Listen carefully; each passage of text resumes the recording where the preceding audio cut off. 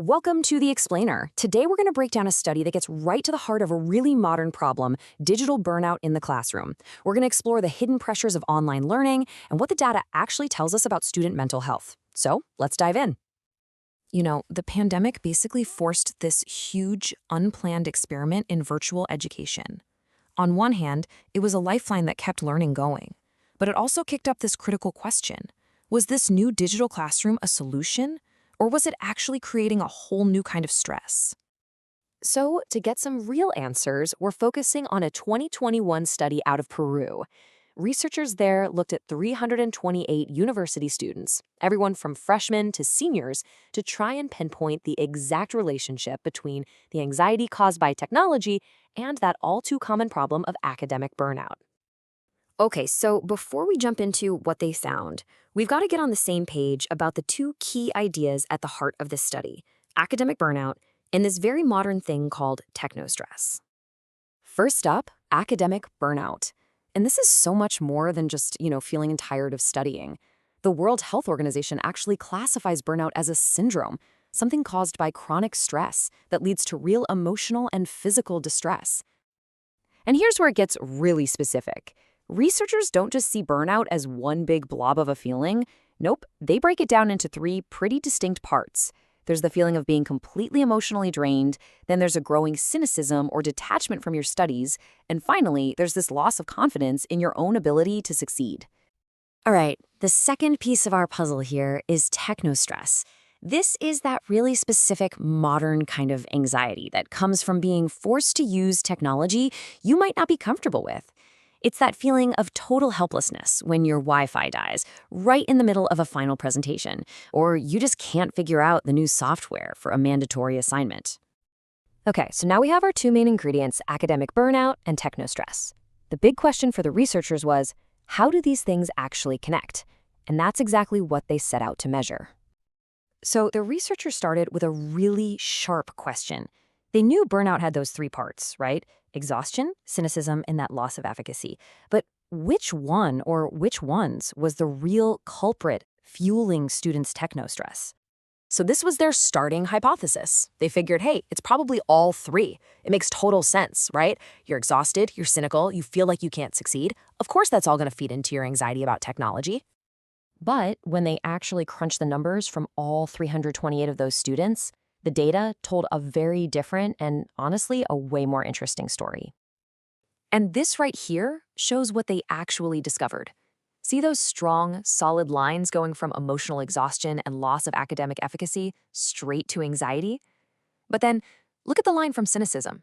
It's weak, it's dashed, and when it came to the stats, it just wasn't significant at all. Okay, let's really break this down. Feeling emotionally exhausted, that had a huge impact. Feeling like you just can't succeed at school, also a really strong link to technostress. But here's the surprise. Just having a cynical attitude about school didn't directly translate into being anxious about the tech. And that's a huge insight. It suggests this isn't about your attitude, it's about your capacity. It's driven by feeling too drained to cope and too insecure to perform, not just by being pessimistic. So, okay, that's the theory and the stats, but what did this actually look like for the students on the ground? Let's zoom out from the models and look at the real human cost the data revealed. Yeah, these numbers are pretty staggering. While nearly 8% of students were already in a state of full-blown severe burnout, a massive 77%, let that sink in, were showing a clear tendency toward it. That leaves only about 15% of students who felt totally unaffected. Now, you might look at that 7.93% and think, oh, that's a small number. But let's put that in perspective. In this study alone, that's 26 human beings who were in a state of severe academic burnout, a really serious condition impacting their health and their education. And the data also painted a clear picture of who was getting hit the hardest. You had two main groups. On one end, the seniors, just getting crushed by the pressure of final projects and graduation requirements. And on the complete other end, you had the brand new students, trying to figure out the social and academic challenges of university life in total isolation. And if you need any more proof of how powerful these findings are, get this. The final model, the one that kicked out cynicism as a direct cause, was able to predict technostress with an incredible 83.8% accuracy. That just shows how strong that link is between feeling exhausted, feeling incapable, and feeling anxious about technology.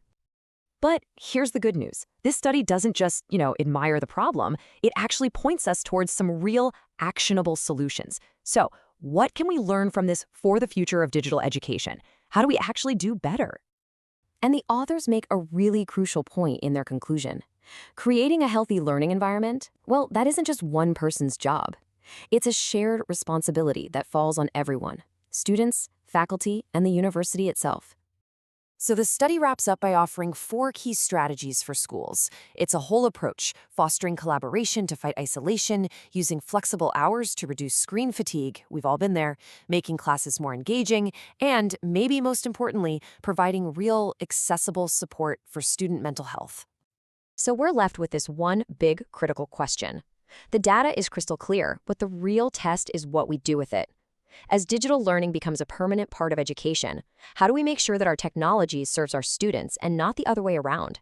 How do we build a system that prioritizes well-being just as much as it prioritizes knowledge?